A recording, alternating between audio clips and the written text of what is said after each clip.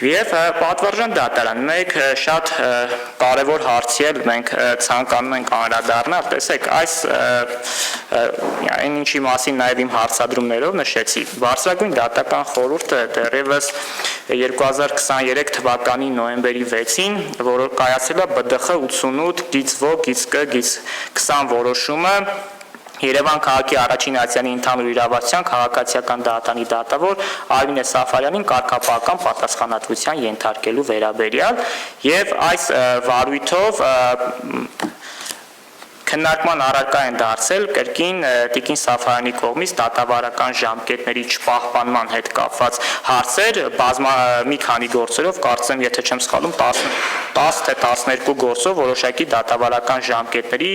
խոսքը վերաբերում դատական ակտերի կայացման եւ դրան կողմերին ուղարկելու հետ կապված հարցերը Այս կարգապահական վարույթի շրջանակում բարձրացված հարցերը ամբողջությամբ վերաբերում են այդ ժամանակահատվածին, այսինքն կարգապահական վարույթ իրականացնելու ժամանակ այս խախտումները ինչի մասին որ նշում է, ամբողջությամբ վերաբերում են այդ ժամանակահատվածին։ Եվ եթե մի բան ընդունենք, որ այս կարգապահական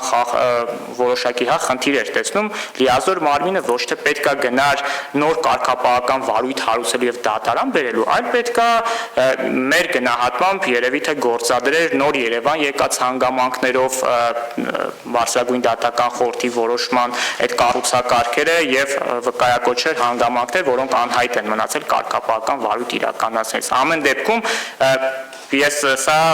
տեսական մոտեցում եմ ասում, ամեն դեպքում չեմ պնդի, բայց տրամաբանությունը հետեւյալն է, եթե 10 խախտումով կարելի է մեկ վարույթ անել, ասենք 15 խախտումով կամ 14 խախտումով, ինչու չպետք է մեկ վարույթ լինի։ Հակառակ դեպքում մենք կունենանք իրավիճակ, երբ որ մի դեպքում 10 խախտումով կունենանք մեկ կարգապահական վարույթ եւ մեկ կարգապահական տույժ եւ կունենանք օրինակ 10 խախտում եւ 10 առանձին կարգապահական վարույթներ եւ տեսականորեն 10 կարգապահական տույժ են։ Հետեւաբար, եթե ժամկետային առումով վերագրվող խախտումները ըստ էության տեղավորվում են նախորդ կարգապահական պատասխանատվության ենթարկելու որոշման ու իրանք նույնաբնույթ նույնական խախտումների մասին այստեղ խոսք է գնում բոլորը դատավարական ժամկետների գործերով ծանրաբեռնված լինելու պայմաններում դատավարական ժամկետներ չպահպանելու մասին է խոսքը այսինքն այնպես չի որ մենք ասում ենք այլ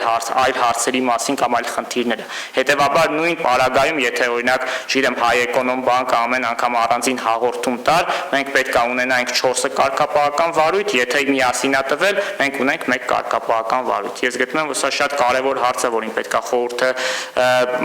իր որոշմամբ անդրադարձ կատարի եւ մենք գտնում ենք, որ այս դեպքերում, երբ որ վերաբերելի են արդեն իսկ կարգապահական վարույթ իրականացված դատավորին վերագրում են նույնական խախտումներ, դրանք պետք է քննարկվեն մեկ համատեքստում եւ առաջացնեն մեկ հետևանք։ Չի կարող մի դեպքում նույն քանակի խախտումները առաջացնի, օրինակ, չգիտեմ, մեկ կարգապահական տույժի նշանակում, մեկ այլ դեպքում մի քանի կարգապահական տույժի նշանակում։